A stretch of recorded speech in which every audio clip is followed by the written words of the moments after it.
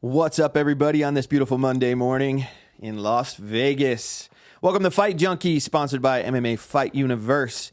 Welcome. Today's a big day. We had a huge weekend, a great fight card at UFC 287 in Miami, where the sun was shining, just like it's shining in Las Vegas. It is very warm out today, and I'm super stoked, super excited.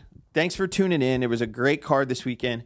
I'm still coming down from it because we've had a lot of fights lately, but nothing with the Excalibur or the explosiveness of the fights this weekend. So my name is Bob, just Bob, or Rob Lawrence, or whatever you want to call me. And today we're going to be breaking down the fight cards, starting with the main card. It looks like my co-host might have spilled some tea on himself. I did.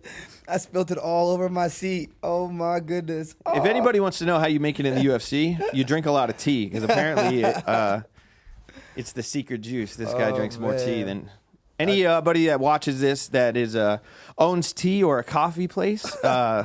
Look up the Jamaican sensation, Ode Osborne, UFC flyweight, and give him a sponsorship, because he needs tea. All the time. I do drink a lot of tea. What's going on, guys? My name is Ode Osborne, UFC flyweight, the Jamaican sensation. You don't know, yo. The big Dan Dada Pandi ting. Yo, hey. Oh, shit. Speaking of coming down, man, that card, UFC 287 was electric. It was probably, so far, the best fight card of the year. Every single fight on the main card was amazing. Every fight was just back-to-back-to-back bangers. Like, I was satisfied as hell with that card. I was like, yo, this card is... It was good. It was really good, And there was a lot of anticipation coming in this fight. Not just the main card and the storyline behind that, but Jorge Gamebred Masvidal, who has, after 20-plus years in some backyard brawling, he's taken off the gloves. So shout out to you, Jorge Masvidal, for an amazing career. Thank you for all the great times and all the great fights. We appreciate you. And good luck in the future with all your future endeavors. For you and your family, congrats. 20 years in the game. Yeah, 20 years, time. man. That's a really long time to be fighting. And he retired at 38. He started in Miami and retired in Miami. And I think that's good. Sometimes I feel like fighters take too long in the sport. They go on like an 8-fight losing streak, and then they're like, all right, I'm retiring. You know, I mean, he did go on a, 5-fight losing streak, but, you know, that's besides the point. My point is,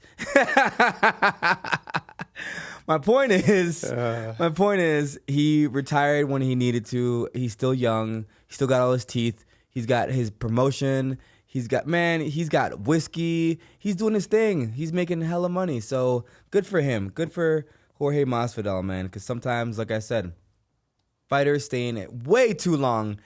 And they need to go. You know what I'm saying? Even look at Khabib. Khabib retired like way early. That's amazing, man. He wanted to take care of his kids and his wife. And I think he retired a little too early, though. Nah, man. You don't think so? Nah. He wanted to do... Look, I give Khabib props. He wanted to, like I said, dedicate a lot of his time to his family. And Tom Brady should take a page out of Khabib's book. Yeah. Oh, yeah. I won't even go into that. But yeah, I get it. I think just as a fan of Khabib and the dominant performances that he always had, I would have liked him to have a few more fights as a fan. But yeah. I mean, I get it. You're a multimillionaire. You're one of the most famous Muslims in the world. Yep. And not just that, but I'm gonna speak real shit right now. As a fighter, us fighters think differently than the fans, and a lot of the fans are like, yeah, I want this fighter to fight, 5 more times. Yeah, I want, fight of the night. Yeah, I want you guys to do this. I want you guys to do that. And all we see is we are just like show horses. You know what I'm saying? We're just show horses with a number next to our name that competes whenever people want us to compete and get paid to compete and get paid to fight each other in the cage. All we are to the fans sometimes, we feel like property. You know what I'm saying?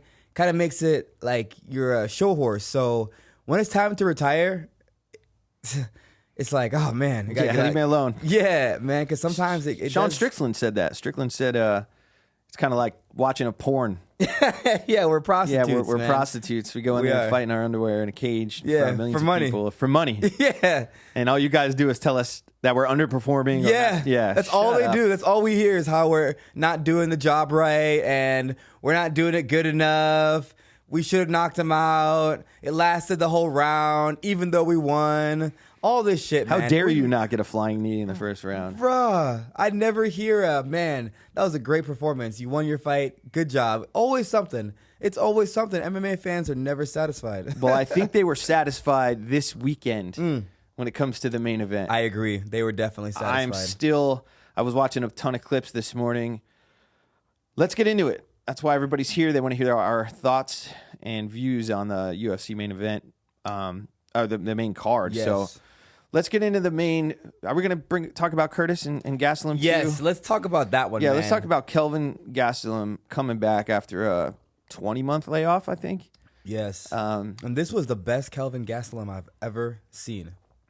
He looked tremendous. He looked phenomenal. Incredible. He went to Fight Ready Gym, got his hands and feet ready, and he looked really, really good, honestly. Chris Curtis looked really good too, man. That was a phenomenal fight by Chris Curtis. Chris Curtis was I could be wrong, and no disrespect to Kelvin. It's my guy. But I thought if it went 5 rounds, it might have went the other way. Yeah. I just thought as it went, Curtis seemed like he was getting his bearings. But Yep, and he got the headbutt in the second round, which, if you... Sorry. Bless you. Thank you. Sorry. So if those of you guys that didn't see, damn Las Vegas, man, stupid allergies, And it's man. dry. Well, Oh my I got to take goodness. this hoodie off. It's going to be 90 degrees today. Oh my goodness. So for those of you guys that haven't seen the fight, there was a headbutt that caused a takedown in the second round. I think there was a wild exchange that happened, and I think Calvin's head hit Chris's chin, got him down. Calvin got on top of him, and Chris Curtis believes that is the moment where it swayed the judges and it cost him a round, and it could. It could. That either way, that fight went really, really well for Chris. They both. I think it was a close fight. I wouldn't say it was a robbery. I would just say it was a really, really close fight. And that fight could have gone either way, honestly. Regardless of the outcome, I am happy for that performance, man. Both guys went out there and fucking duked it out. And that's what the sport's about. Chris Curtis was throwing Rocky-style... Leather. Just Rocky-style uppercuts. He was throwing leather, man. Just killing it. George. Let's give a shout out to George. They're like, who's this guy over here? Shout out to my man, George. George, good morning. Have a happy Easter. Happy Easter to everybody. Yeah, he rose. Jesus' resurrection day. He rose, baby. Hey. Sorry to cut you guys off. I got excited.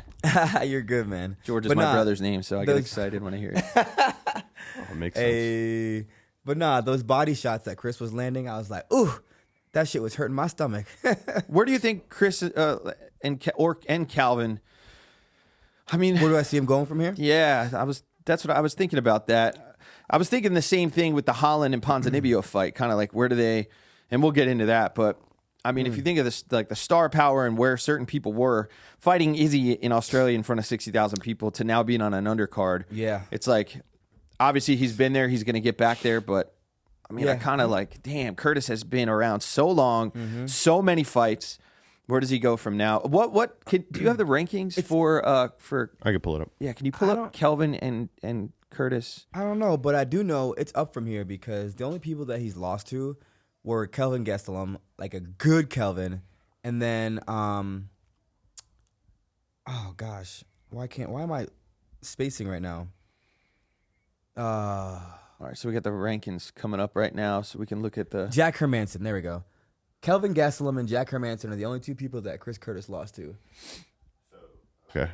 They're both 14-15, so Gastelum would take 14 now. And Brendan Allen is ranked, what, 12th? Yes. Chris beat Brendan Allen. Who else is up there? Delice. I don't think either one of them's fought Delice yet. Brunson. Duplessis is 6, huh? Yeah. Oh, man, what a I think that'd be a killers. Good. Honestly, I think a Chris Curtis Duplessis fight is a really. I don't think Duplessis probably wants that fight though because it's a hard fight. No, he's fighting behind him because Chris is ranked what 14th. Yeah, he'll be correct. Yeah. So Izzy was just talking about that he'll drag Duplessis' carcass across South Africa. Yeah. I mean, he didn't say his name, but I knew who he was talking about. Yeah. Duplessis is complete savage too. That whole division stacked, but it looks like they still got a couple more fights to get back. I do think that Gastelum can get back to the top fairly quick. Yes, he can, especially if he fights the way that he did this past weekend. And with his star power, I think that people up in the top 7 would want to fight him. 100%, 100%. But if he keeps fighting like how he just fought, he's going to the top soon and fast. Yeah, he looked good. He was hungry. Obviously, he has the experience, but what a fight. So, hats off to those gents for going at it. Fight of the night. Yes. They got the bonus, which is great. Hands down, best fight of the night. 100%. And then, so let's get into it. All right. Can you break down the background of this young man and the hype that went into this? So let's move on to the what would that be? The opening of the main card. Yeah. Raul Rosas versus Christian Rodriguez. And you called this fight last week. I'll pull the clip up today and try to post it. Yes, you called it to a T. I did. Like I said, I've trained with Christian before at Rufus Sport. Excuse me. And I said this before. I think Duke Rufus and Dewey Cooper are two of the best coaches in the game. And I know what Duke Rufus has to offer. And I know where Christian Rodriguez's jiu-jitsu came from. Daniel Wanderlei, who is one of the best MMA coaches in the game. Brazilian jiu-jitsu, multiple stripe black belt. Daniel Wanderlei is a savage. So I knew that, Christian's calmness would cause Rosas some issues because Rosas is going to try to finish him in the first round. And Christian's he's a hard person to finish, very hard. And so that's how I saw that fight playing out. Christian used his veteran mindset to combat Rosas's aggression, novice, yeah. And you saw a little bit of it when it was playing out as the fight went on, as the fight progressed. You saw Rosas start to fade really heavy. He blew his gas tank quick. And that's just inexperience. This is good for Rosas. It's a win-win regardless because he takes this and he goes, okay, now I know what I need to work on. Now I know what I can do better for the next time. And now I know what I should not do the next time. You know what I'm saying? And I think it's just going to be a learning experience. I think for me, how well is he going to be able to handle the onslaughts of the MMA fans? You know what I'm saying? Because when you're on top and your ego is high, it's easy. It's easy. But when you lose, after you've been talking shit about Aljo and the whole division, putting them on notice, it's how well is he going to be able to handle that? And I think however well he handles the fans is how he's going to be able to come back from this. And I think he can do it well. His got a good team around him, his mom, his dad, his brother, good martial arts team around him. So I think he can handle it well. I mean, I'll give it to him. If you're in that position and you're in the limelight, I mean, it's your time. It's your shot. Talk your shit. If that's what you want to do and that's what's coming natural and organic to you, then do it. I mean, you're in the position. Yep. What are you gonna count yourself out and say I don't know? And even if you know that, you shouldn't openly say that. Maybe in a one-on-one personal interview, but like if you're out, like you got to build your brand. For sure. So I don't give him any backlash on the fact that. But on the other hand, when you lose, say you were going to be the first 3 division champ and you were going to walk through this guy, you're going to have to deal with it. Yeah, when you lose, you got to deal with it, man. I had to deal with it. We all got to deal with it. It's how you bounce back from your fall. And MMA fans. And not taking anything away from Christian either, man. Christian Rodriguez, phenomenal. He is a UFC championship material fighter. I've always said that. Anthony Pettis was really high on this kid. Talked about him a lot. I think you're going to see a lot of great things from Christian. A lot of great things. He needs a little media training. I think you guys need to bring him on. Yes, loosen him up a little bit for sure. Because he missed his moment, bro. He could have fucking put a statement out after that fight. I know. He definitely needs a lot of that. But yeah, he's. Well, let's talk about the. He should have got on the mic and be like, "I'm not surprised, motherfucker." Yeah, I'm not surprised, motherfuckers. What about the? I was talking to John, during after the fight about. Look at the level of matchmaking that the UFC puts on. If you look at that fight in the totality of the fight and the skill levels and like just the way that the fight played out. They were very close in a lot of aspects. Now, obviously, you know, there was a winner who clearly took over in the later rounds.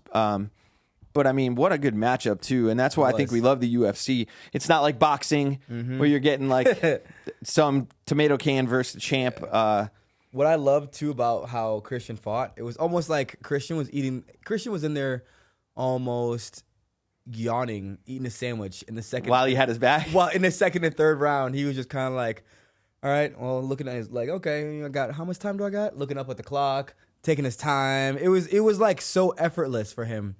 And that was interesting. That's his jiu-jitsu, just not feeling threatened on the ground, which is humongous. That is experience versus inexperience, in my opinion. I think, like I said before, Rosas is going to be a world beater. You know what I'm saying? He's going to be that guy that is going to be a great fighter someday. He just needs a little bit more time. But as a UFC fighter who is, you said you're 31, how old are you? 31. And knowing how long you've been fighting and all your wrestling pedigree, how do you guys look at this kid? Like, I know we look at him like, oh, this would be great to see this kid go on a run. But how did like the UFC, like men that are in their 30s have been doing this for almost as long as this kid's been alive? How do you guys kind of look at him like, good job, kid? Like, of course. Or do you like no? We all look at it like, dude, you know what I'm saying? The spotlight's on you. All props to you. You can't hate on it because anyone in the UFC having that much momentum from the UFC would be happy. You know what I'm saying? Would be happy. So proud of Raul, man. He is a phenomenal fighter. Raul's an amazing fighter. Just incredible. His heart, his tenacity, his confidence, his background, bringing Mexico with him. He's got all of Mexico's support. His family is great. You know, he just needs a little bit more time. And that fight showed him what he needs to know and what he needs to learn. Now it's going to be who is going to help him build him back up. That's what's going to be the thing. And how is this going to affect him because he's so young? You know what I'm saying? How are the fans? Yeah, could be rough. Yeah. How are the fans going to affect him? Is he the type to, you know, put it behind him and stay the course and just know that it's a learning experience? I hope he laughs it off. But the MMA fans are ruthless. Ruthless, man. Oh my goodness. How many memes are already out there? I saw one with Alex Pereira knocked out, and it said it was a bunch of like Toy Story toys on the floor. And it said, this is what happens when Andy walks in the room and all the toys lay down. I was like, come on. I mean, it was like 40 minutes after the knockout. Yeah. All right, so hats off to both gents. We did have a comment from one of our viewers, so make sure you guys, if you're not watching this live on YouTube on Monday and you're listening to this, we're live every Monday on YouTube. Yes, sir. At 9:30 a.m. One of the commenters said, but Christian did miss weight, so he is still 20% poorer than what he would have been. This is true. He is 20% poorer than what he would have been, but I'll take the clout over the money. You know what I'm saying? I'll take the W over the money. Man, the comments are throwing. I knew that. I just didn't want to bring it up. I want to throw them under the bus. Right. But that's a fight game too. You gotta make weight. And I swear, I do want to plan on cutting with you a little bit next fight. And actually, it's 10%. Actually, 10%. 20. How much did he miss by? Oh, a pound and a half. Okay, then yeah. It's 20. Yeah, you're right. I want to just know how it feels to cut weight a little bit. Because it doesn't feel good. I've seen so many clips. It doesn't feel good. Yeah, so, I mean, I get it. But let's move on to the next fight, which, what's that? Was it the Rob Font? Yes, Rob Font, Adrian. No, sorry. Holloway and Ponzinibbio fight. Holland, Holloway, jeez. Holloway did Kevin this fight, Holland though. and Ponzinibbio. That fight was incredible. I thought that was the best Kevin Holland I've ever seen. Yeah. So disciplined. And Kevin Holland's always been good, but he just lacked discipline in my eyes. In my eyes, Kevin Holland has not taken the fight game serious enough. He's always came in there, joked around, played too much, and let the fight get away from him. This is the first time that I've seen a serious Kevin Holland. You know, sometimes he'd point, say some stuff, whatever the case may be, but he was actually very serious. If he keeps this mindset going, you'll see a moving forward, slingshotted Kevin Holland to the front. But if he slips back into his old ways, then you're gonna see the Kevin Holland that gets beat when he doesn't need to be getting beat. You know what I'm saying? So I was super impressed with Kevin's performance and his mentality for this bout. Yeah, he looked good. I mean, 170 is not easy. That is a big man. Yes. I think he's comfortable going between 185 and 170, but to make 170 look that lean, and I got to say, I was a little worried. Santiago Ponzinibbio is who he fought. Is a complete savage. His jiu-jitsu, his grappling, and his takedown defense is all great. I thought it was going to go to the ground. I was expecting a clinch or him, but Ponzinibbio, and I don't know why. I'm not his coach. Yes. The size difference between Kevin Holland and Santiago Ponzinibbio was drastic. Yes. Not just that, but Kevin Holland, his pimp hand is strong. Strong as hell. You seen that one strike where he had his leg and he whipped his. He said if you catch his leg again, let that shit go. Don't hold his leg. In the I think it was a 9-inch reach advantage. Yes, it was crazy. What? And his strikes too. It was like Kevin Holland's defense was really good. Look at that. Boom. That pimp hand just. Would you have told him if you were in his corner? Wouldn't you have said like, "Stop striking with him"? It's not looking. Yeah, I'm surprised he didn't try to wrestle him more, but I think he thought Kevin was gonna play. That's what I thought. But Kevin's defense was really good. You know what I'm saying? He had really, really good defense this fight. There was not. I don't remember there being a really. There's maybe one clean shot that Ponzinibbio got off. But Kevin's defense was good. He was and he very could take composed. A shot too. Yes. When he fought Wonder Boy his last fight, I mean, I know he had a broken hand, but he was taking some hard shots. Wonder Boy is a savage when it comes to striking, obviously. But I mean, Kevin Holland looked great. You're right. He does. We said it last week. He's almost turned into like a Nate Diaz, like cowboy style. I'll fight anybody anytime, but I'm not really chasing the gold. Now he's like, I want to go to 70 and chase the belt. I'm like, okay, that's what's up. He likes money. He does. And he likes shoes. So if you want to have money and shoes, hey, now he's on his car game. He said he's backed off the shoes and moving towards cars. That's even more expensive. Right. So very expensive. I wish I could have a habit like that. I know, right? I wish I could afford a habit like that. I like to buy hats. But I'm also like going bald. You're a hat person? Now I'm a bald person who I'm uses, a ring person. I use Topic. I like rings. I love a good ring. Yeah. Different kind of rings. Yeah.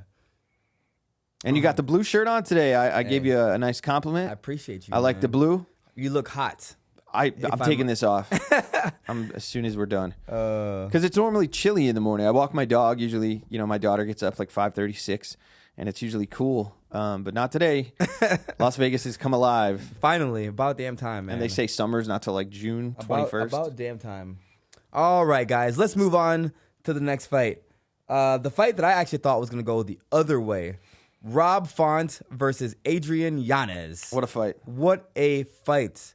And it's crazy that Rob Font KO'd Adrian in the first round, but Rob Font's face looked beat up. Yeah, his eye was so swollen. And that was only at what, a 3-minute fight, and his eye was already taken. I mean, they just got in the phone booth a couple times. Right went away. At it. Like, let's go. Which I was surprised that Rob Font did do that because Giannis, his jab his hands are pretty clean. His hands are nasty. Clean. Hands clean. Not much to say about this fight, man. It was spectacular. Got in the phone booth like Rob says. Yeah. Right away, got recover fast enough. When he got rocked, he tried to hop back in the pocket and bang with Font. When he didn't let himself, he should have stayed on his defense. Circled around. Yes, circled a little bit, stay on his defense, get your wits about you. You got another round. It's a 3-round fight, Yeah, maybe go for shoot for a single or a double. Yeah, and tell yourself, like, okay, you know what? It's the first round. I got 2 more rounds. I'm going to take this round off and kind of let myself recover a little bit. Shoot, play around here, make it a little bit, catch my breath. And but that's we're not in there. We don't know how rocked he really was. But he's coming off of what? 7 fights in a row, I think. What how many fights has he won in a row? 5? I think he was when you're 7-0 and it was 6-1 versus 7-0. Yeah, when you're that decorated sometimes your ego gets the best of you. And Adrian Yanez, I don't think he's a person that has a big ego. I've met him, one of the nicest guys ever. I love Adrian Yanez, man. Me and Chris Curtis ended up kidnapping him and taking him to Fremont Street one night. Allegedly kidnapped him. But man, Adrian Yanez isn't one of those egotistical person. What I mean is just sometimes your confidence, you know what I'm saying? Because I've been there, man. I've been there. Where Arrogance and confidence are just two clear distinctions. Sometimes your confidence is like you get rocked and you're like, nah, fuck this. I'm gonna like get after you regardless.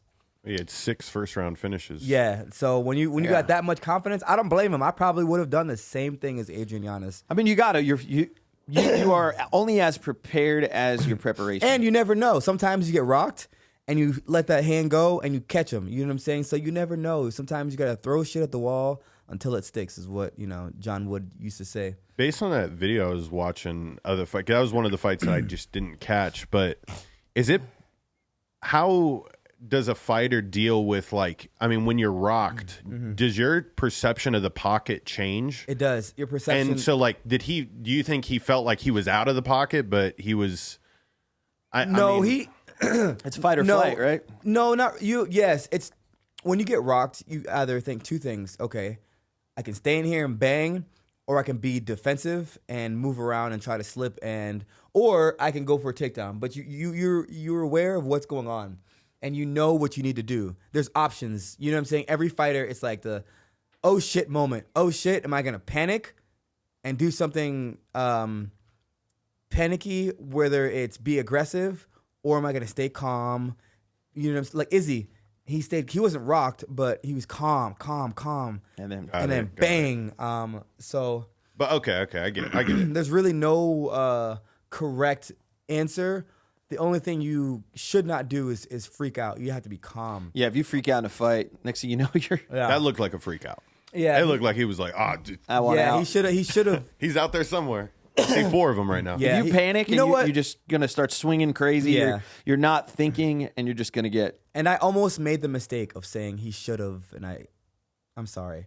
I hate when fans and people say this. You should have done this. I'm not gonna say any of that. I'm gonna say this. Adrian Yanez did the best that he could, and he had options. But I probably would have done the same thing too, because I hate it when somebody else is in there doing their best job and somebody said, well, I would have done it this way. You know what? I'm not in there.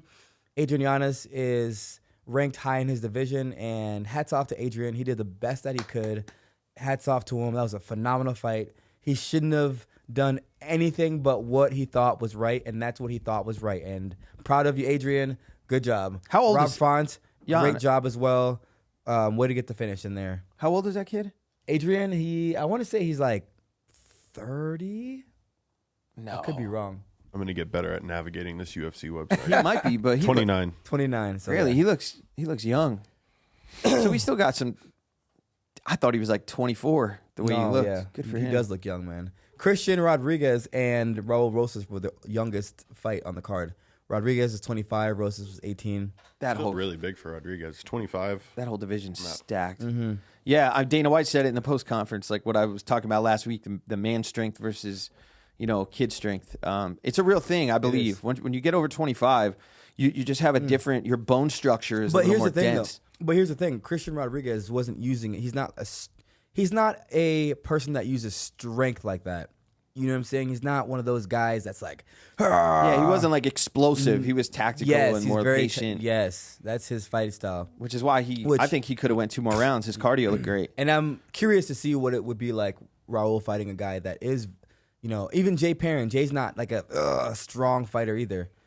What did you think about, not to go back to the opener, but what did you think of that like 6 foot wide double leg he tried in the beginning and just held I thought it was a weird. You think that was his confidence? Yeah, he just thought I'm going to walk through him. Well, that's confidence and that's his game plan. You know what I'm saying? Once you know someone's game, then you're like, okay, that's why he threw that knee up, because he knew that Rosas is looking for the takedown. He's not really looking to strike. He's looking to put him up against the cage and take him down. Take his back. Mm-hmm. And he got there a couple times. So, yeah, man. This fight card went kind of how I expected it, in a lot of ways, but then completely opposite. And that's why I love the fight game. That's why we all tune in and we watch the fights. Mm-hmm. I mean, besides some like chick as hot as my wife running down the street butt naked. Nothing else besides a fist fight's going to turn your head. Yeah. So I love that you said hot as my wife. Shout out. yeah, Great. I always job tell her, there, Right. Bobby. Look at that. I'm not going to marry an ugly chick. No disrespect. You know, Oh, I gotta no. marry. Wow. You got to marry a 10. You know what I mean? Bobby's wife, if you're listening, you're lucky. He's a good guy. I'm lucky. And I'm a pain. I drive her nuts. if you like these fight recaps, we're live every Monday morning at 10 a.m. We got a lot of people watching. Make sure you hit that like button. Smash the like button. Shout out to George behind the scenes, man. George is course, just amazing. George is on it. Looking fly today. Yeah. You almost look Appreciate like you're ready for golf. Ooh. Yeah, No, yeah. like Hey, once Summer post-golf. George is activated, Shout out to Summer hide your George. kids, hide your wife, hide your husband, because I'm snatching everybody. out here. I love it. Summer All George. right. I love it. You guys Let's go. hear my daughter's new nickname? What? All right, so John and Vanessa have given my daughter the best nickname. What? Great Baby. The great baby. So there's Great a Baby. Kevin Hart comedy special, and part of it where he talks about a great baby who does all these tremendous things, like is way ahead of its time, and that's now our daughter's nickname, Great Baby. So shout out to Great Baby. I love you. Hey, great baby. Shout out to you. All right, let's get into it. All right. Gilbert Burns versus Jorge Masvidal. Oh, man. So this fight went exactly how I thought, but I thought it would go worse for Jorge Masvidal. He did fight a lot harder than I thought he would. You know what I mean? Yep. I did think he cheated, just like Gilbert Burns said. I do believe that.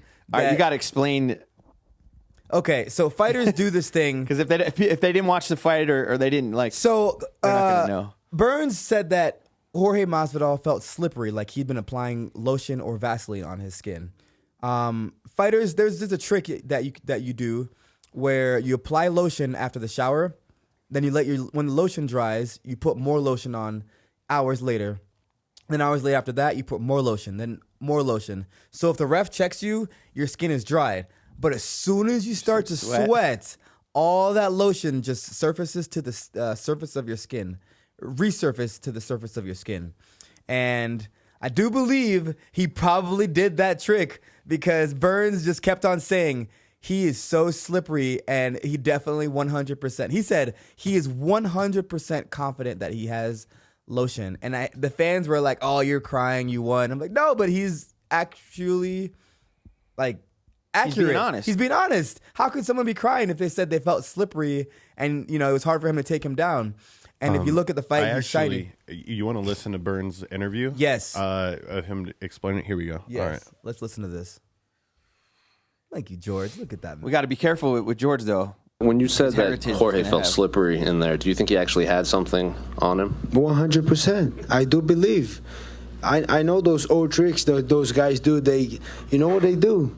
They wake up on Sunday and they take the first shower and they pass a lot of lotion on the body, and the lotion goes like the skin absorbs the lotion, and then you do that after 3 hours. You do it again, and then after you do it again, and then after you do it again, and your body absorbs. Whenever you start sweating a lot. For sure he did that trick. 100% he did. Wow. I'm telling you, I'm not. Oh, maybe not. 100% he did. He was so slippery. Whenever if you guys have watching the highlights, try to see. You're gonna see like he's bright. His skin's bright. That guy, I gotta give it up to this guy. Hey, he said, "What? Look how confident he was. So confident that he did that. He's like, yeah, 100%. Wasn't even a question. It wasn't even a question. And Wow. and he still was like, hey, man, he's brilliant. Hey, shout out to him for that trick, man. And he said he still took his hat off to him. He was like, hey, man, you know what? I'll give give you it that to one. him. I'll give you that one. That's man. What a good sport. What a great sport. Because I'd be pissed. I'd be pretty pissed. I'd be pissed. Now, can you man. explain to the MMA fans in the world why that would be so? Because you can't take anybody down, right? When as soon as you get somebody, it's hard to hold someone if you're slippery. It's like, you ever seen those Blue. Yeah. So of course I'd be mad, but hey, hats off to Jorge Masvidal. He retired in Miami where he started, man. Once again, Yeah, shout out to Jorge, because that fight in Miami was as crazy as it was because of him. So hats off to him for bringing the crowd. Hats off to him for being a great promoter. Hats off to him for his fighting style. hats off to him for his legacy that he left behind him. And yeah. That I is mean, to be at that level without ever really, besides the BMF belt. right, he come on, guys, he's 1-5 in his last 6 fights. The greatest unsuccessful fighter. But we don't care about the rankings, O'Day. We're fans, man. He beat. Who did he beat? He lost twice. Ben It was Askren, mean. which was a luck. Flying knee, first round. He would have gotten mauled after that. You think so? Yeah, Askren would have mauled him. Cowboy Cerrone, which he looked good, but Cerrone was, come on, another gatekeeper. And Diaz, who's also a gatekeeper. Darren Till, who love Darren Till, but he's on a 6-fight losing streak. Nah, but he beat Till in 19 when he was on fire. But who did Till beat after that? Or who Till beat just before came that? off a loss for the belt against Woodley. Yeah, then he went on like a slide. So I didn't listen to his post game. hey, I'm fight. sorry. I man. love I'm the gonna honesty. Keep it real, I'm gonna keep O'Day. it real. I'm gonna keep it real. And the fighters that are watching this, if you are watching this, don't be offended. I think Till, No, you're doing your job. Yeah, We have a and- breakdown show to analyze Dude, fighters. If and they Till- get butthurt, too bad. And Till is a great friend of mine. You know what I mean? I love Darren Till. I love Darren Till, man. He's probably one of my favorite fighters. Honestly, one of my favorite fighters. But his past 6 fights weren't the best. You know what I'm saying? So my point is, Masvidal was put out to be better than he was, but very successful. Knows how to promote. Same with Kobe. The 2 things that Masvidal and Covington have in common is that they know how to promote themselves extraordinary well. They show up at fights, they talk their shit, they call out who they need to call out, and they, blowjob Trump. Yeah, they definitely. I don't know if he's gonna. And look, I don't know. I don't know. I'll never get into politics, but if I did a 20-year stretch of fighting, I don't think in my post-fight, when I look back and show my grandkids, I don't think I'd want to see me like getting political in the octagon. Me too, man. I honestly, I hate politics. I'm not a big fan of politics. Yeah. I don't. I'm sorry, guys. If you guys are listening and you guys are huge fans of politics, I'm Jamaican. I don't. Are you? We look, man. Bob Marley always says politics only brings separation and greed and negativity. I don't like politics. I'm just that person who, whenever you get to a point where you have to choose a side, I'm gonna You step choose back. love every time. Every time, man. That's just who I am. I'm the same way. Every time, man. But anyways, moving Love on. always wins, man. Love always wins. We gotta go to Jamaica. You'll never hear me be like, guys, you should vote for Biden, or guys, you should vote for Trump. You'll never hear me say that shit ever. Never. You'll never hear me tell you guys that this person's great. Because the reality of it, man, I think the whole country is just hurting. It's hurting, man. It's hurting. And everyone should all just come together as one. Both sides. The number one goal shouldn't be, let's beat that guy. The number one goal should be, how can we get our country elevated as a group, as a whole, as a unit, and just spread our love. And the people need us right now. The people are in dire need of hurt. And that's what is the most important thing, is the people and our children. Period. Jerry Springer could bring us all together. Jerry. All right, guys. Nice people. Let's move on to the main event of the evening. Introducing first, the challenger. Yo. Tell me how weird it was to see Izzy in blue. Oh, my goodness. Hey. It looked dope. But hey, George, can you go on Instagram and play the clip that I shared of the tribute? The tribute to Israel Adesanya. And I love Israel, man. Just one of my favorite fighters. Here's why. When I first got to the UFC, I was an assistant teacher. Hadn't had a fight yet, but I came out to Vegas to do testing. I saw Izzy in the office, and I was talking to him. He didn't even know who I was, just having a whole conversation with me. Ended up telling him I was an assistant teacher. My kids are a huge fan of him. And the first thing he said when I told him, yeah, the kids in my class are a huge fan of you, he was like, oh, man, they like anime? I was like, they love anime, and that's why they love you. And he's like, let's go take a video for them. And I was like, dude, that really meant a lot for me. Is it on your story? Yes, you just played it. That was the one you just played. Oh, it's that one? Yeah. This one? All right, let's take a look at this, the Adesanya tribute. yeah, this is sick. Go ahead. Okay, one sec. Yep, I got yep, you, I yep. got you. And unmute it. Boop. It starts with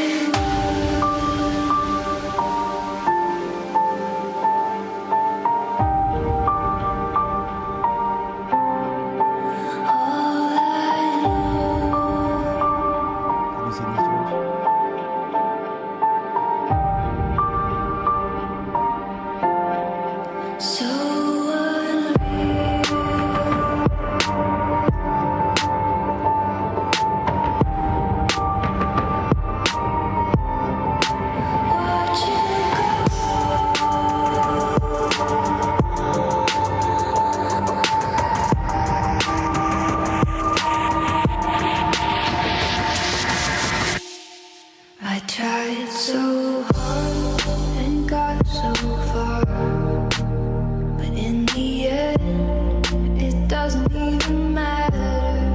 I had to fall to lose it all. But in the end, it doesn't even matter. I tried so hard and got so far. But in the end, it doesn't even matter. I had to fall to lose it all. But in the end. Yeah, man. Tell me that doesn't get you in your feels. Yeah, that was that fired me up. Yeah, fired me up. Man, it was like, yo, the whole world felt that knockout because, I think Chris Curtis said it best. Alex Pereira was like Israel's boogeyman for so long. He'd been haunting him for so long. Years. Years, beating him in boxing and then come to the UFC and then ended up beating him there. Just when you've been haunted for so long, that victory is so sweet when you get that. Finally, when you slay the boogeyman and you slay Michael Myers, man. Oh, and the entire world felt that punch. That punch shook up the entire world because you can tell he put his all. That punch came from the earth. It came from the ground. Came from within. It came from his soul. Like everything that he had been working so hard for years and years and years to beat this man, he put it all into that punch, and it was just so sweet, man. I got the chills. The chills. Thank you, George. You can pause it now. Yeah. That was just so incredible to watch. So incredible. You know what I like, and I gotta get real for a second here. Oh, yeah. I'm a little out of breath. I just sprinted across the whole building to get a lint roller. 'Cause that hoodie was all over me. Oh my god. Yeah, I just ran like a football field. What do you like? Zoom in a little bit, George. Let's get real for these kids out here for a second. All right, where am I at? Right there? All right, I want to talk about how Israel Adesanya on paper was not supposed to win. And this isn't even about Izzy. It's true. As soon as Izzy won and he was doing his post-fight presser and he, talking to the crowd, he said, "I hope that people can learn from this. That if you get knocked down 3 times, you got to get up 4." Look, I'm very cautious of my surroundings and the fact that I wasn't supposed to be here either. I wasn't supposed to make it out. And if you guys know me, you know the hardships I went through and that there's a lot of people that didn't want to see me in this position now, with a host of a show, doing tremendous things. It doesn't matter what your past is. You have to make your own narrative. You have to rewrite your own book. And I am literally that embodiment of what that is when it comes to falling and getting back up. Do not ever count yourself out. Ever. I don't care what people say. I don't care how much they badmouth you. I don't care how much you doubt yourself. Keep moving forward. Because I literally, not even a blink of an eye ago, I was pretty much dying and killing myself every day. Abusing drugs and living a very unhealthy lifestyle. And I hated life and I was miserable. And everybody counted me out. I counted me out. But I got that fire back. And I've changed my entire life for the last few years. And I want to really let everybody know that I don't care what people around you say. I don't care what you think about yourself. You can make that damn change. Yep. And you have to do it for yourself. You have to really want to. I know that was kind of deep for the fight, but Izzy literally did the same thing. He got beat 3 times by the same guy. This guy beat him twice in kickboxing and then came over to MMA, ran up the ranks, and then beat him and took his belt. Imagine getting in the ring for the 4th time against a killer that beat you 3 times already. Man. And then winning by an exceptional knockout. It's got to be demoralizing. You know what I mean? Oh, my gosh. And those things, I don't care what anyone says, those things do haunt you. Not to the degree that people made it seem online, but they do haunt you. You know what I'm saying? Because the demons come out like, what if I do this? What if I don't do this? What if this happens to me? What if this doesn't happen to me? Bro, that was my life. Like, I don't deserve to be here. Yeah. I feel like But- imposter syndrome, you know? But I love that Izzy didn't let the demons become him. You know what I'm saying? Nope. He's like, I saw this thing online, and it's like, the goal is not to fight all your demons. The goal is to train one demon to kill them all. And That's dope. and so I think That's dope. Izzy really trained his one demon, and he got in there, and he's like, you know what? He's like, what if I knock him out? What if I just fuck him up? Yeah. He's like, what if I just go Butcher in there him. and butcher him? And he really, truly believed it. He wasn't hesitant when he was in there. He wasn't fearful. You saw how he came out. He came out strong.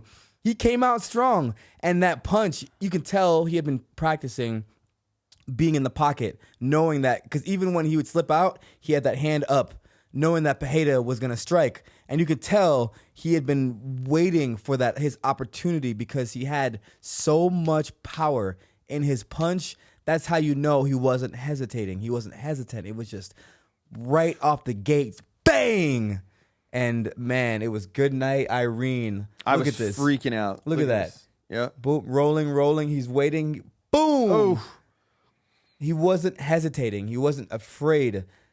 If he was afraid, then he probably wouldn't have gotten that off. No, he would have stayed he with would- cover yes, up, and he would have yes. tried to, get away Yes. or back up to the cage more. Exactly. He was not afraid. And I then, think bam! I think Pereira disrespected him and slept on him a little bit. You know what I mean? He thought, man, I beat this guy 3 times. I got his number. Here. I got his number. I'm going to go in here and piece him up.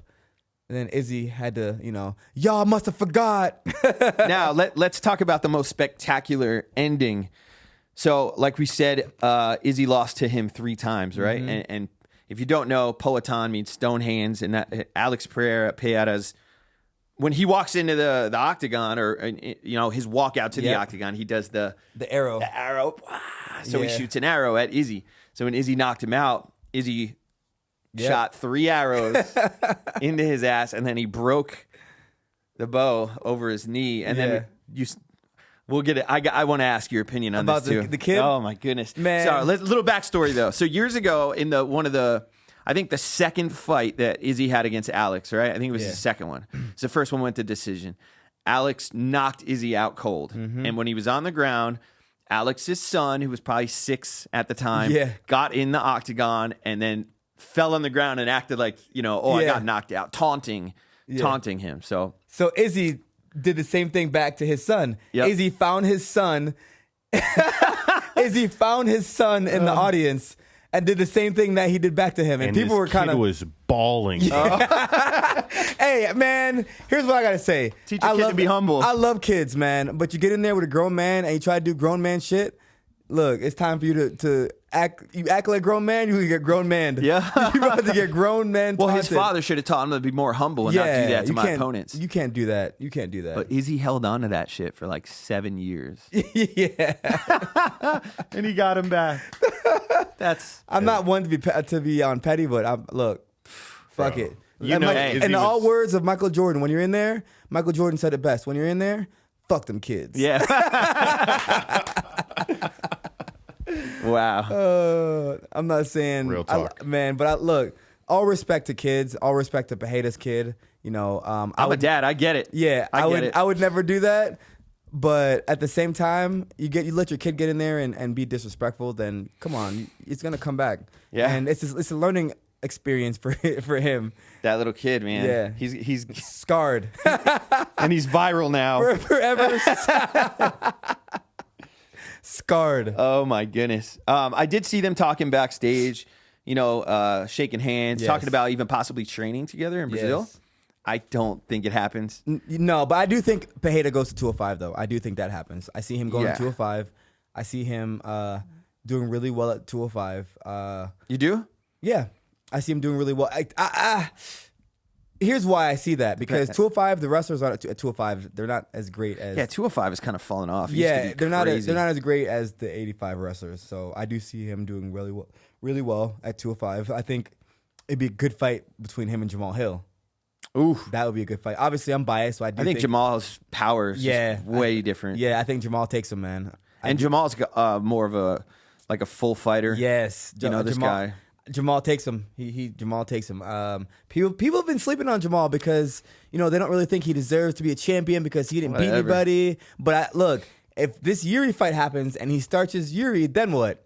Yeah, but look what he just did to Glover. Exactly. And the champ. But now lost. people are like, oh, because his age, man. Shut the hell up. People always got some shit to say. Getting punched in the face is getting punched in the face. Right. Come on, man. Whatever, Stop dude. it. And he has the best call-out video ever. Yes. When he made fun of Yuri in the woods with the snow. That shit was sick. Hey, but yeah, man, let's wrap this up. It was a great episode. Thank you, Bobby, for having me on the show as usual. Oh, man. What a beautiful day. What a beautiful day in Las Vegas. And shout out to George for getting those clips and everything put up. George is amazing, man. George. I appreciate the love, but I do appreciate I want to take a moment right now, okay? This was the most watched live stream that we've had on a Monday. What? Okay. We had 209 views. What? We had 43 people watching right now. So thank you to each and every one of you guys. Live every Monday, 9:30 a.m., baby. Thank you guys for tuning in to our live stream. I guarantee you will not regret it. Tune in for Thursday's live stream where we break down Saturday's card. Myself, the Jamaican Sensation. Also follow my podcast. It's called Wagwan. And which means what's up, right? Yes, Wagwan means what's up. It's spelled WAHGAAN. I have a podcast I do with tons of UFC fighters, Wagwan with Ode Osborne. Follow it and smash this like button for the Fight Junkeez podcast, sponsored by MMA Fight Universe. My name is Ode Osborne, the Jamaican Sensation. And I'm Bob, just Bob. Thank you guys. Later. We're out.